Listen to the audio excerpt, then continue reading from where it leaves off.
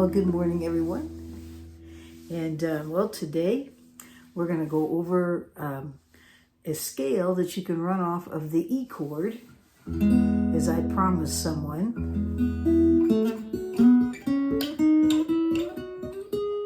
It's going to be that one. There's other scales besides this, or other two-finger fill-ins, but I chose this particular one that we're going to go over.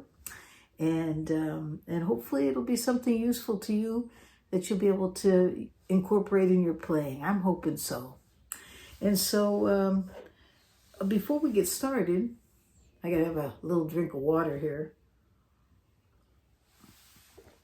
I'm doing water tonight. Today I went to, what's the name of that place? Dutch Brothers. And I asked the person that, I wanted some coffee and I wanted it like iced, they call it a freeze. So I thought coffee, a freeze, that'd be good, right? It's morning and I didn't have enough coffee. So I said, I definitely want something that's got caffeine in it. And he said, okay, well, you'll want a 911. Well, I didn't know what a 911 was. I should have listened to 911. It should mean something. So I got the 911 and I started drinking it, and it tastes so good. Oh my goodness, it was very good. It was really good. But I could taste it. It just seemed like it had a lot of coffee in it. So I looked it up. And this is definitely before I drank a lot of it. I only drank a little bit of it, and I thought, you know what? I better check on this thing. Do you know that it's like 6 shots of espresso in that one cup? It was like, I think they said it was like almost 500 milligrams of coffee, however they measure it. I think it's milligrams. And usually, a cup of coffee has like 60 in it. Needless to say, I didn't drink the whole thing, but I got enough that I thought, well, I'm not drinking any more caffeine today. Person my age probably drop dead if I drink that much caffeine. I don't know. Seems like a lot anyways. So watch out for those 911 cups of coffee out there. Maybe stick to tea. Anyways, so before we get started though, I was thinking of something that about your guitar that you may or may not know. And I just thought I'd share it with you because I noticed it came up in the comments, about checking, when you're checking your action, checking the nut to make sure that it also is set up right. Well, usually, out of all the guitars I have, usually from the factory, these things are set up pretty nice. But there's a quick way to check it, even if you don't have the tools. And what you do is you just press down at the 3rd fret, right onto the fret. Then you go up to the 1st fret, and you when you press down, there should be just a little bit of play. Not a lot, just a little bit. Of course, that's not a very measurable process, is it?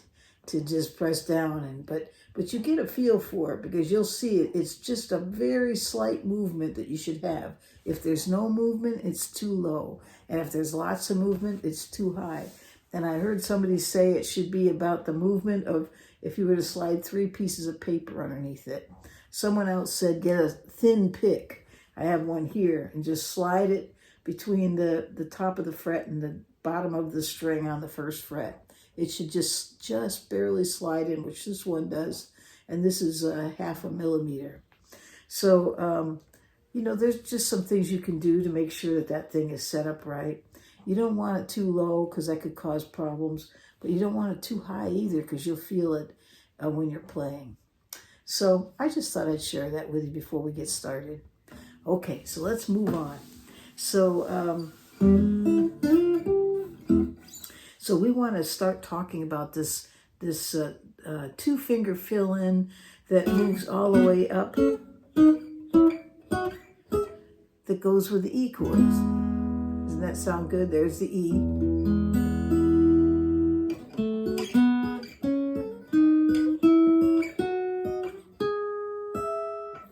And I think it's good to know these because you can use it when you're playing pieces of it or even the whole thing all together. Sometimes it just fits in what you're doing. Now we've just completed the G. We did a run with the G, we did one with the C, the D, and now we're doing the E. And I want to also say that I've showed you one run. There's, for each of those chords, there's many of them. There's other runs that you can learn. So just keep that in mind. That's not the only one. And this one's not the only one. I mean, look at this. Just that alone, I can do it right here. So you can go do different things on the guitar on different strings, but today we're going to use the high strings 1, 2, and 3, basically strings 1 and 3 for the most part. And I'm going to show you this very run, okay? And hopefully you'll be able to add that to your playing and just have something more in your toolbox to get more creative with. I hope it works for you. Okay, so let's get started. So the first thing I have to remind you is that when we do this particular run, I use 2 different shapes, okay? And I'm using the same shapes I used yesterday when I showed you the D, okay? Today we're on the E, and we're going to use the same exact shapes. The shapes are the D6, which looks like a D chord, except you lift your ring finger. There it is there, and there's the chord chart, the D6. And then the D minor 6, which is up here. It's almost the D minor 7th chord, except you're not pressing down the 2nd string. You see it up there? Okay, so those are the 2 shapes. So what you're going to hear me say is, okay, let's use that shape, that's the D6 shape, and we're going to move it to the 4th fret. And that way I don't have to say to you, okay, use, your middle finger on the 3rd string or any of that. We can just use it in shapes, and it makes it a lot easier. I'm not going to get into a whole bunch of theory or any of that. I'm just going to stay simple so that you can have this little tool when you're playing an E.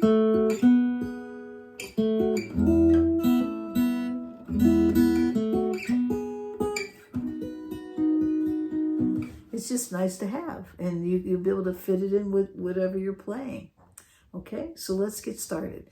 We're going to start out by playing the E chord. Now remember, you can play E in many different places, like here's one here, here's one here, here's one here. So there's a lot of different places. Oh, here's another one. There's another one right there. So, okay. So we are going to start out by playing the E chord here in the 1st position, and only going to play with my pointer finger, the 3rd string, and my ring finger, the 1st string. Okay, so just those 2 strings. Okay, and then we're going to go to the 1st shape, which will be the D6. Okay, there it is right there, you see it? There's the chord chart. And then you're going to move up 2 frets, that same shape. Okay. If you were to play the full D, I just got through telling you that that's an E chord. See? Funny it should be there, huh? Okay, so far we have E chord, the 1st shape, which is D6, move up 2 frets. Okay. And now we're going to change the shapes to the D minor 6 at the 5th fret. Now my pointer finger's on the 5th fret. Okay, there it is right there. There's the shape up there. Move up 2 frets to the 7th fret. All right, there we go. See it? So far we have the E.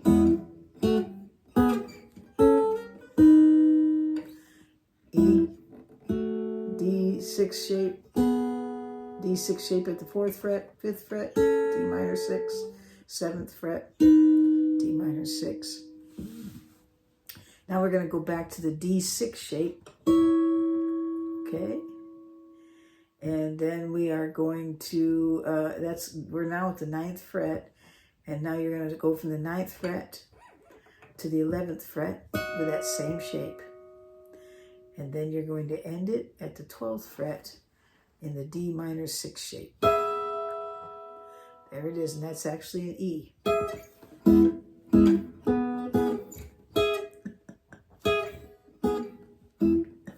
All right, so there you go. How did that work? All right, so let's try it out. So we got E.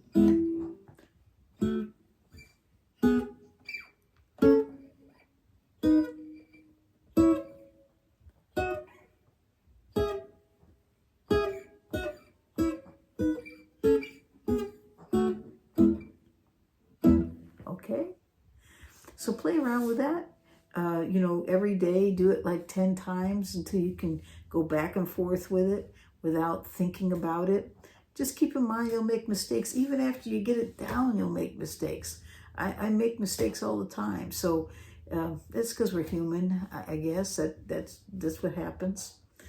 So just practice it. And if you want, now right now we just did the picking just 2 at a time, right? But if you want, you can alternate here. You could take start here with your E and just play the first finger on the third string and your ring finger on the first string. So you're going to alternate.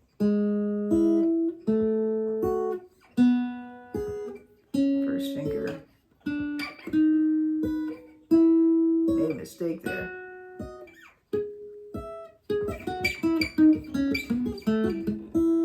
Okay, so what I'm doing is this.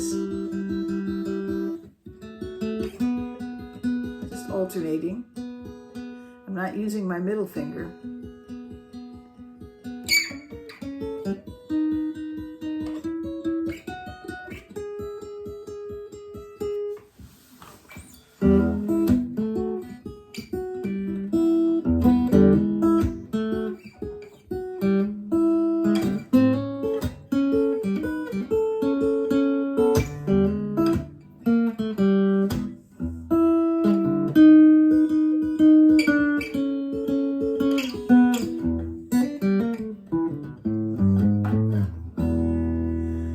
There you go.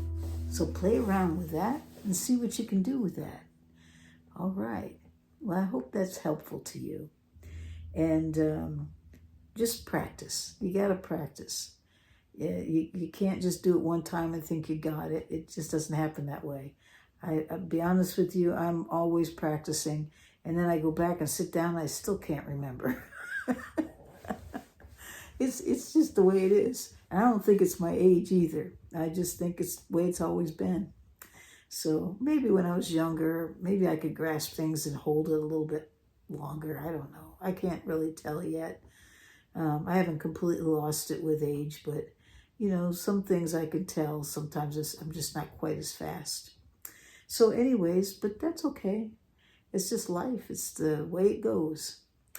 And all right, so we're going to end right there, but I want to remind you the 27th, 6 p.m., we're going to do our live. The live will be about a half an hour, maybe 40 minutes.